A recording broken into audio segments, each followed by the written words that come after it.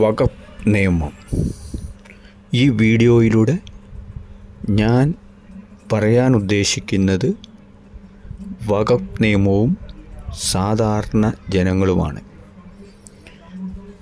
നമ്മുടെ ഭരണഘടനയുടെ 75ാം വാർഷികാഘോഷം തുടങ്ങിയിരിക്കുകയാണ്. ഒരു പ്രധാന പാർലമെൻറ്റ് ചർച്ച വഖഫ് നിയമമായിരിക്കും. എന്താണ് വഖഫ് നിയമം? എങ്ങനെയാണ് അത് ഉണ്ടായത്? അതിൻ്റെ ഗുണഭോക്താക്കൾ ആരാണ്? അത് വാമൊഴിയോ വരമൊഴിയോ? എന്താണ് വാമൊഴി, വരമൊഴി? അതിൻ്റെ ദൂഷിതവശങ്ങൾ എന്തൊക്കെ? അത് ഒരു മുസ്ലിം നിയമമാണോ? ആർക്കാണ് അതുകൊണ്ട് ഗുണമുണ്ടാകുന്നത്? നമുക്ക് ഒന്ന് ചർച്ച ചെയ്യാം. നമ്മൾ അറിഞ്ഞിരിക്കേണ്ട വസ്തുതകൾ എന്തൊക്കെ, അതിൻ്റെ ദൂഷിത വശങ്ങൾ, മുസ്ലിം സമൂഹത്തിനും മറ്റുള്ളവർക്കും അതുണ്ടാക്കുന്ന തിക്താനുഭവങ്ങൾ, ഇവ നമുക്കൊന്ന് ചിന്തിക്കാം. ധാരാളമായി വഖഫ് നിയമത്തെപ്പറ്റി ചാനൽ ചർച്ചകളുണ്ടെങ്കിലും അത് പൊതുജനങ്ങളെ എങ്ങനെ ബാധിക്കുന്നു, അതിൻ്റെ സോഷ്യോ എക്കോണമിക് അവസ്ഥ എന്താണ് എന്നതിനെപ്പറ്റി ഒരു ചർച്ച കാണുന്നില്ല. അതുകൊണ്ടാണ് ഈ വീഡിയോ ഇടുന്നത്. വഖഫ് നിയമം സാധാരണ മുസ്ലിം ജനതയ്ക്ക് എന്തെങ്കിലും ഗുണം ചെയ്യുമോ? യഥാർത്ഥത്തിൽ യാതൊരു ഗുണവുമില്ല, കൂടാതെ ദോഷകരവുമാണ്. വഖഫ് എന്ന് പറഞ്ഞാൽ ദാനം ചെയ്യുക, അള്ളാഹ്ക്ക് ദാനം ചെയ്യുക. പിന്നീട് ദാനം ചെയ്ത സ്വത്തോ എന്തുമാകട്ടെ തിരിച്ചെടുക്കാൻ ആർക്കും അധികാരമില്ല. വൺസ് വഖഫ് ഓൾവേസ് വഖഫ്. ഒരാൾ വഖഫ് ചെയ്ത് കഴിയുമ്പോൾ, അതായത് ദാനം ചെയ്ത് കഴിയുമ്പോൾ അത് അല്ലാഹുവിൻ്റേതായി. പിന്നെ ആ ഭൂമി നോട്ടക്കാർ, അതായത് വഖഫ് ബോർഡ് അല്ലെങ്കിൽ വഖഫ് ബോർഡ് ഏർപ്പെടുത്തുന്ന ആൾക്കാർ നോക്കി നടത്തും. അവർക്കാണ് അധികാരം. പാവം മുസ്ലിം സ്ത്രീകൾക്കും മുസ്ലിം ആളുകൾക്കും വീട്ടുകാർക്കും സ്വത്തവകാശമില്ല, അധികാരാവകാശങ്ങൾ ഇല്ലാതായിത്തീരുന്നു എന്നതാണ് യഥാർത്ഥത്തിൽ നടക്കുന്നത്. സ്വതന്ത്ര അഴിമതിക്ക് മാതൃകയായിരിക്കുന്ന നമ്മുടെ ആൾക്കാർ അത് വ്യക്തി താൽപര്യമായി മിസ്യൂസ് ചെയ്യുന്നു. അതിഭക്തരായ, പ്രധാനമായും തൻ്റെ ജീവിതാവസാനത്തിൽ എത്തിയിരിക്കുന്ന മതഭക്തർ അത് ദൈവദാനം, അതായത് വഖഫ് ചെയ്തും കൂടെ കഴിയുമ്പോൾ അർഹരായവർക്ക് സ്വത്തവകാശം നിഷേധിക്കപ്പെടുന്നു. അങ്ങനെ സ്വത്ത് അന്യാധീനപ്പെടുന്നു. ഇതിൽ പ്രധാന കാര്യം ഈ നിയമം എങ്ങനെ നമ്മളെയൊക്കെ ബാധിക്കുമെന്നുള്ളതാണ്. യഥാർത്ഥത്തിൽ വഖഫ് കൊണ്ട് നടക്കുന്നത് വഖഫ് ബോർഡിൻ്റെ ആൾക്കാരും കപട രാഷ്ട്രീയക്കാരും ഉദ്യോഗസ്ഥരും മതപ്രമാണികളും വഖഫിനു വേണ്ടി ഏർപ്പെടുത്തുന്നവരും ആയിരിക്കും. അള്ളാഹുവിൻ്റെ നാമത്തിൽ, ഈശ്വരൻ്റെ നാമത്തിൽ സ്വത്ത് തട്ടിയെടുത്ത് അവർ മിസ്യൂസ് ചെയ്യും. ഇതാണ് സംഭവിക്കുന്നത്. വഖഫിനെന്നും പറഞ്ഞ് ഭൂമി ഏറ്റെടുത്ത് അത് വേണ്ടപ്പെട്ട തൽപര കക്ഷികൾ മിസ്യൂസ് ചെയ്യുന്നു. ഇത് നമ്മൾ കണ്ടുകൊണ്ടിരിക്കുന്നതാണ്. ഇങ്ങനെ ആയിരക്കണക്കിന് സാധാരണക്കാരായ ആൾക്കാർ അവരുടെ വീടും കുടിയും നഷ്ടപ്പെട്ട് കണ്ണീര് കുടിക്കും. ഇങ്ങനെ ഒരിക്കൽ പിടിച്ചെടുത്ത ഭൂമി നിയമത്തിൻ്റെ നൂലാമാലകളിലൂടെ വൺസ് വഖഫ് ഓൾവേസ് വഖഫ് എന്നും പറഞ്ഞ് മുതലെടുക്കപ്പെടുന്നു. ഇത് നമ്മൾ ചിന്തിക്കേണ്ട ഒരു വിഷയമാണ്. അധികാരവർഗങ്ങൾ സമ്പത്തുണ്ടാക്കുന്നതിന് വേണ്ടിയിട്ട് പാവങ്ങൾ പറ്റിക്കപ്പെടും.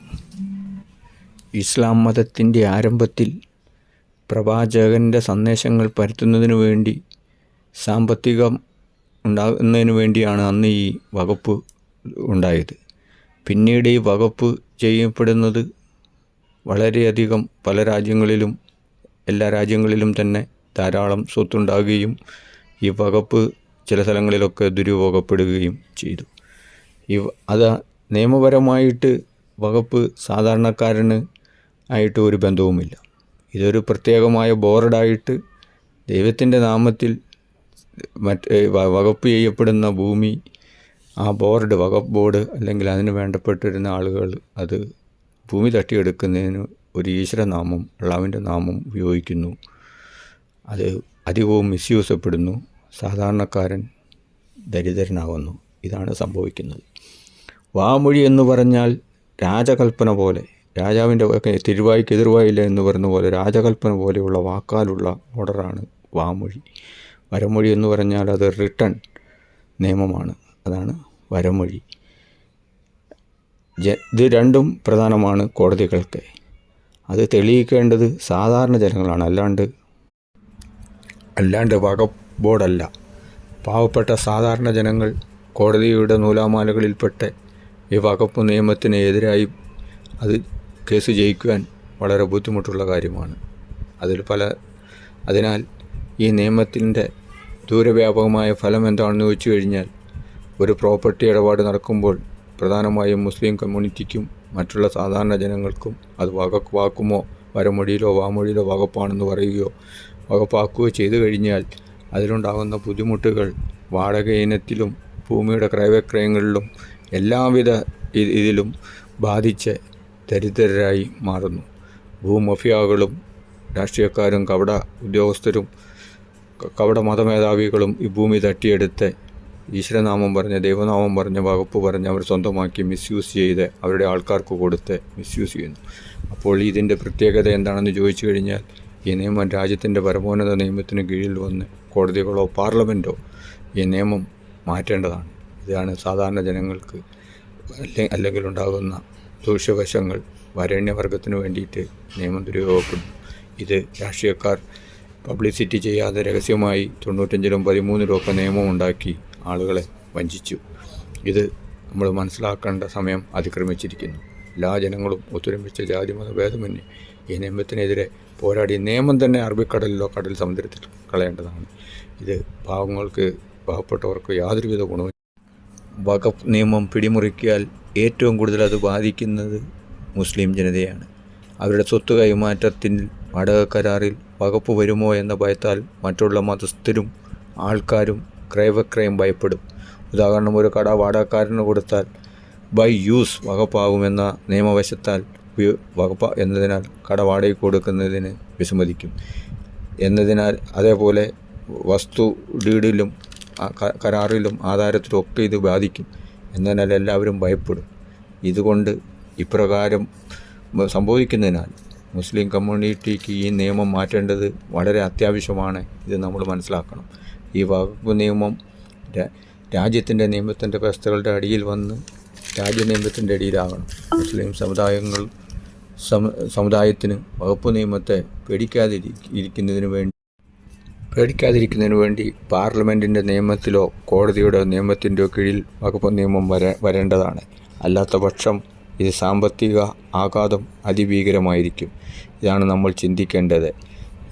ജാതി മതവർഗ വ്യത്യാസമില്ലാതെ എല്ലാ രാഷ്ട്രീയക്കാർക്കും വോട്ട് ബാങ്കിൻ്റെ തട്ടിപ്പ് രാഷ്ട്രീയം മനസ്സിലാക്കി ജനങ്ങൾ ഒത്തൊരുമിച്ച് നിന്ന് ഈ നിയമത്തിനെതിരെ പോരാടുന്നത് നമ്മുടെ ഭാവി തലമുറയ്ക്കും അത്യന്താപേക്ഷിതമാണ്. സസ്നേഹം, നിങ്ങളുടെ യഥാർത്ഥ സഹോദരൻ ഷജി മാത്യു. Thank you. സഹോദരന്മാരെ, സമൂഹ നന്മയ്ക്ക് വേണ്ടി ഇതെല്ലാവരിലേക്ക് എത്തിക്കുന്നതിന് വേണ്ടി ലൈക്ക് ചെയ്യുക, സബ്സ്ക്രൈബ് ചെയ്യുക, കമൻ്റ് ഇടുക. Thank you.